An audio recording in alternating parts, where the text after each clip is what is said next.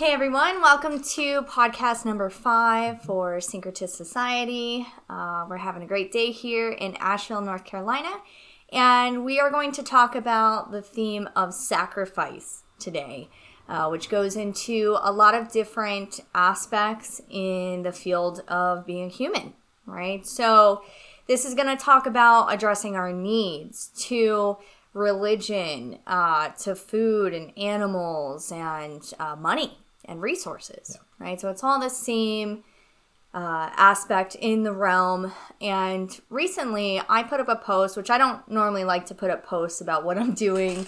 I tend to just let people come to me and ask because I'm a generator. But I put up a post recently just announcing the Syncretist initiation and just some more information on it. And it was interesting because there was someone who commented on my post and they said, "Are you looking to make a profit from this?" And it kind of prompted me to have this podcast today to understand more about when we should sacrifice, what sacrifice means, and all about energy exchange and balance and making bargains and agreements and how being a human operates in the physical plane. And also we're going to probably dive into a little bit of the cosmology or the evolution of where we're heading as a collective consciousness and all of that in terms of sacrifice. So we have been in this theme of sacrifice for a long time, right? We are expected a lot of times to sacrifice ourselves or we've got all these religions. We have all of these laws on the planet and governments and, be a nice person.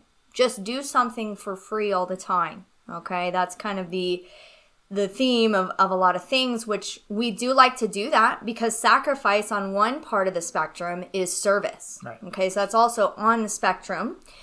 We can think of this whole spectrum as needs and resources and really synthesis and seeing how everything is connected. That's all part of this spectrum, and there's different areas on it in terms of the alchemical processes or the angles of information. So needs, resources, animals, food, money, all of that is on this spectrum. So especially when it comes to how we navigate working together with others. Okay, whether it be a friend, a family member, a relationship, right? Somebody we don't know. It doesn't matter. It's about, part of it is getting our needs met, which has a lot to do with resources. Okay, so resources are not just money. It's not just food. It's even goes into sexual themes and a lot of other aspects as well, which is part of the genetic code. We're talking about the 19th gate here. That is in the human genome for the pressure to even find God. So this even goes into religion and all of that. So anyways, this guy commented on my post, "Hey, are you expecting or trying to make a profit from this?" And I reached out to him and I was like, "Hey, I'd love to have a conversation with you. What prompted you to comment? And I just want to understand what you're saying." And basically he was like, "Oh, well, you shouldn't make any money off of, work for finding truth and understanding and things like this." Now, many years ago, I started doing plant medicine, right? Ayahuasca and other ceremonial plants that expand your consciousness and help you to tap into not only healing yourself, but discovering new things about the way you view the world. And one of the first times I went there, I even thought the same thing. I was like, wait, why are they charging for this, right? Why are they trying to make money off of healing? And, I spoke with the people and they explained it to me that energy, right? And the opening of the pathways to correctness and exchange, whether it be information, and then you give an exchange of something as well. Whether it's healing or art, if you're making art, right? There can still be an exchange for that as well. But it basically opens up the channels or the pathways for the exchange to be received correctly. Okay, so we also know in psychology that it's pretty basic. If you don't put any effort or if you don't sacrifice something monetarily or time-wise or whatever, you just get something for free, it's not always, received in the right way.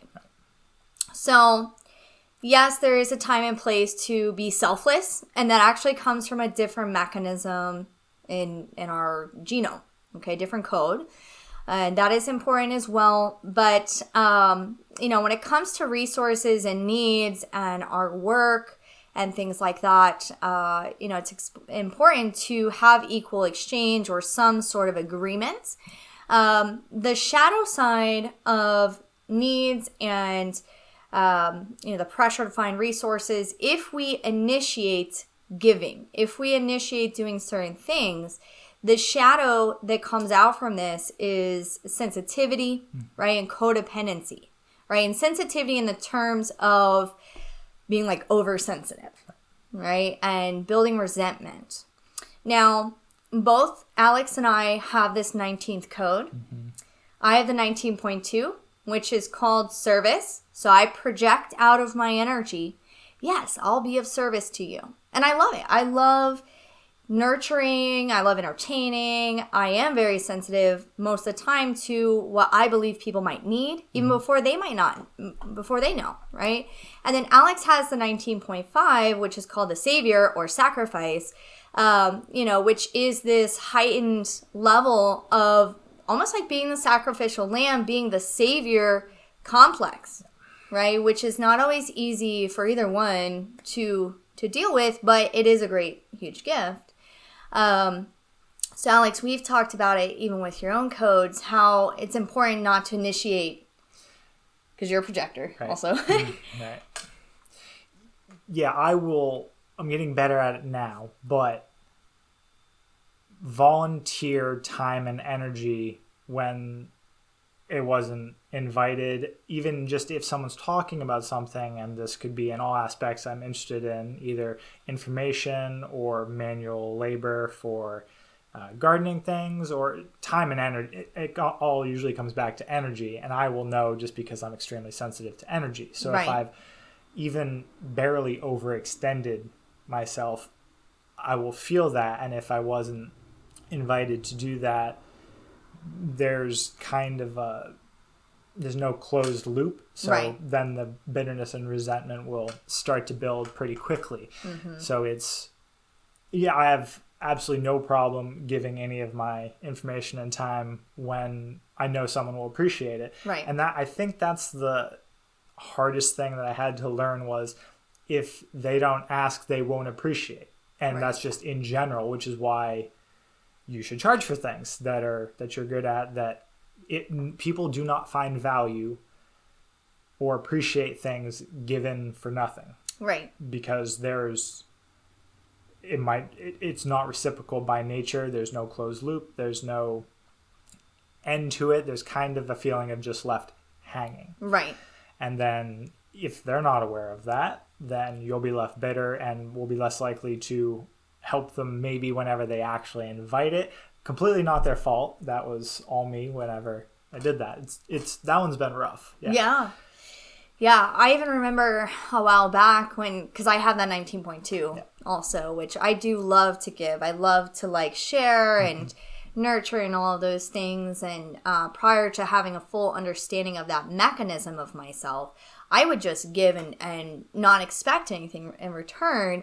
But I guess there was a subconscious expectation that okay, well, they'll consider me or those kind of things. And so I would have this pattern of building resentment where I would be like, wait, I feel like I'm not being as considered or these types of things. And which stems to childhood and all of our codes have the inverse, right? So we have a mechanism to give and to nurture and be of service, but it can also be in this inverted way where that turns into something we become bitter about or resentful if it's not entered into correctly, right? So that's why we look at the strategy and authority and all the other mechanisms to understand even how to enter into service, right? And this false paradigm of sacrifice on the plane in general. So I was talking a minute ago about all the religions, and, there's all these stories about sacrifice, Christ on the cross and all of these different religions that, require you to sacrifice your life to another being or different things, right? That even in the past, other cultures would sacrifice humans and, sacrifice parts of their population that they deemed would be good for that. And evolutionarily speaking, in the era of time that we're in cosmologically with humanity, this is actually going to be cut off from the realm.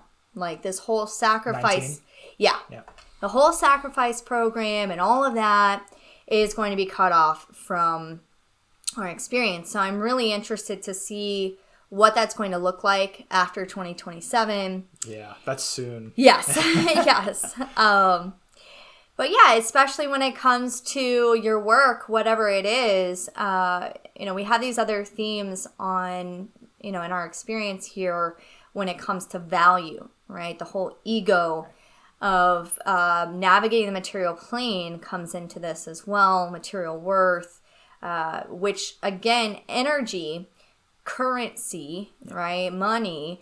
This is all ways that we can transfer energy, right, to each other. And it's not just money, but it's other things too. So if you are a healer or, you're self-employed or you're, doing things that are helping people and you enjoy it, and that is something that you can receive an exchange on, you need to check in with yourself too and be like, okay, am I really asking for what it's worth, right? What I value it as, or am I not doing that for some sort of false belief system of, people aren't going to pay that, or I'm not good enough, or whatever. And this, when we go into the Syncretist initiation training, and we do have a module in there about money and currency and things like that, that was a big lesson for me. Yeah. Because I did readings for free for years. And that was you can't sustain yourself on that. Or you can't continue to invest in yourself and to grow in your expertise and your chosen field of mastery without it coming back in some way. So, right, in order to just sustain yourself, there has to be an exchange of something. Yeah, it doesn't always have to be currency, like you said. It's something that you value. So another service someone provides, or food, or someone else's time, just anything. Yeah, it doesn't always have to be currency, but obviously paying bills is necessary. Yeah. So it's nice if it's currency. Yes, for sure. So next time you are giving something to someone or you're doing things for them, yes, we want to do it out of love and all this and that, but ask yourself, like, what is the hidden motivation if I haven't made an agreement, right? So a lot of times we do this in relationships. This aspect or this code also is like reaching over or directed towards the emotional plane. So sometimes we give in order to kind of make sure everyone's happy, right? Even though there might be this like underlying thing that like you want to feel safe or you want to feel like people are sensitive to you, but instead of communicating that, maybe you just try to make everybody else happy. And then you're confused why they're not doing what you wanted them to do. So yeah, it's just really important that we evaluate even our motivations and like why we're really doing things, so that we can actually do an agreement or have some sort of conversation with the person so that we understand what we're actually expecting. Otherwise that's where things kind of break down.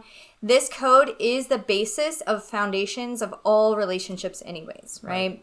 Whether it be romantic or business or whatever, getting our needs met is part of how everything is connected. That synthesis, everything is interconnected, right? Interdependence and all of that. So getting our needs met is a big aspect of navigating this material plane. And a lot of times if we just make an agreement or bring it out into the open or have a conversation even about what we need, we can clear a lot of distortion, prevent a lot of emotional chaos or things that don't really work, where you may have sacrificed yourself and then got rejected, or felt disobeyed, right? These are actually the words that we would use for this channel. It even talks about revolutions and war. It's the butcher or the shepherd energy, this circuit, and the sacrificial lamb or the sacrificed one, right? So all of these themes actually interconnect, and we just need to have conversations about what we actually need, what we expect, what's fair, and then come to an agreement. Right. So it's kind of just the basis of, if you start looking at interactions, every interaction as a negotiation. Right. So if you try to make win-win situations, Yeah. because it doesn't work well for, let's say, reality if someone loses. Yeah. It just doesn't. Obviously, sports is a different thing because there's still negotiations going on and behind the scenes, everything like that. But just in interpersonal dealings, everything is a negotiation. And the thing that kind of clicked for me was, there's a lot of conditioning if you're raised by just working parents. So it's you have to do something to make it through life, as in you have to work.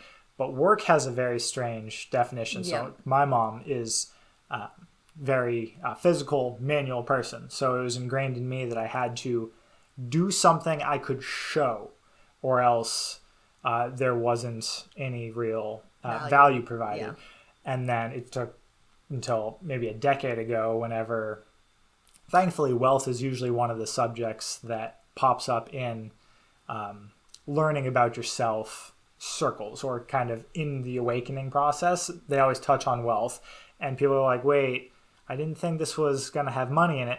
But it's not just money, it's value. So as long as you are providing value of some sort, and some people will have completely different definitions of value. Someone who just information is incredibly valuable. So there doesn't need to be any physical work, as I was taught.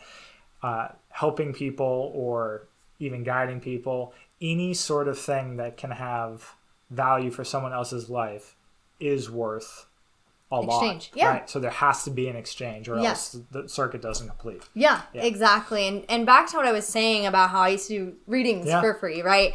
And what you were saying, how like if you do something for free, you're kind of like left hanging and all of that.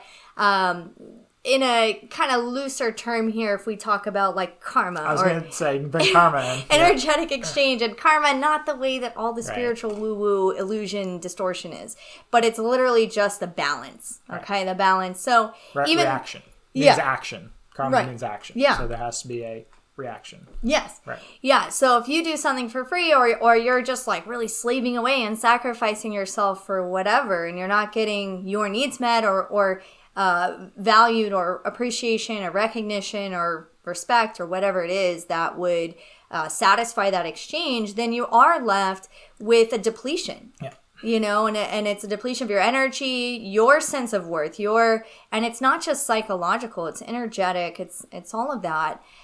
So even when I was doing those plant medicines and those ceremonies, and after I had that conversation, I really understood how, in order even for the medicine to work correctly, there's got to be that part on my part, to exchange that. And so I do believe that, but we are ending this phase of this false paradigm of sacrificing. And even like you said, how there is a distortion even in the spiritual or religious planes of, oh, you can't make money, or money's bad, or weird distortions around money. I don't believe that money should ever be the motivation for what you're presenting as value, right? Your presentation of your uniqueness, right? Your contribution should be with that motivation of like your consciousness and being your full self, and that satisfaction of being able to translate your consciousness, right? And it's from that love of yourself and what you're doing that people will be attracted to it, and they will want to share in that, and that's what we can exchange with others. So there are some videos in the training course about AI and currency and Bitcoin and different ways that we exchange. Yeah. And the commodities are one of the easiest ways to wrap your mind around, or help me wrap my mind around, value. So things Right. that have no intrinsic value. You can't do anything with crypto, with Bitcoin, with any of those. They don't exist Right. physically. So people have that mental block. They're like, what can you do with it? And that has nothing to do with why they have value. They have value because they are valuable to people. Right. Just that. Same as art. You can't do anything with it, but it provides beauty. It evokes emotion. It doesn't always have to have a use, a tangible use in industry, or what one person would have no use for, someone else will, just for the emotion it pulls out of them, or what it reminds them of the way reality works, or just a glimpse of the divine. Any of that holds significant value. It's the same thing with any of the random things people invest in. If it has value as a medium of exchange in some way, it needs nothing else. Yeah, definitely. And I'm sure Alex and I will be doing other podcasts on crypto, because Alex is very proficient in those aspects. We're both into lots of things, stock market. I just like decentralizing things. Yes. And it's our generational way to decentralize everything that has become centralized in the last 20 years. Yeah. As the internet allowed dispersal of information, big powers reconsolidated all of that, and crypto is now not all of the blockchains, but there are a significant number of blockchains that are at least helping to put that back out to the sovereign individual level to help you take back control of your life. Yeah, the universe balances out. Yep. Yeah, and even in the cosmology, like what you were saying about art and all of that, if we look on this other lens of like the movement through time with consciousness as humans, we are moving towards an era that is more about aesthetics and beauty and harmony, and that's where we're headed, even though we're having to kind of process out all the darkness and sacrifice and all of this old paradigm stuff. And it's everywhere. It's in these ancient traditions, and there's a lot of fundamentalists and extremists that are trying to hang on to these programs, really, of these certain religions, and even Native American culture. Sometimes there's certain things that are just not going to be able to carry on into the new ocean that we're going to be in. Right. And we are moving towards this sovereignty, self related to consciousness, like just more about our self consciousness. Right. A couple podcasts ago, you talked about the sort of getting rid of the type of mentality, that we've been in for about 2,000 years, but sacrifice kind of goes back to the human condition. Jordan Peterson pointed this out in his biblical lectures, where give up the present so that the future might not kill you, so to speak. So it goes back to the Adam and Eve story, where sort of becoming conscious is becoming aware of your mortality and that you have a future. Other animals may not have that to the same degree. Right. But because of our consciousness, we're aware that there will be a tomorrow, so that we may sacrifice something, immediate gratification or whatever, so that it'll be around tomorrow. But that paradigm is shifting quickly, and that we're just going to be more in the present. Yes, exactly. Right. Exactly. So that's going to end quickly. And that's been encoded into our reality for a millennia. Yeah.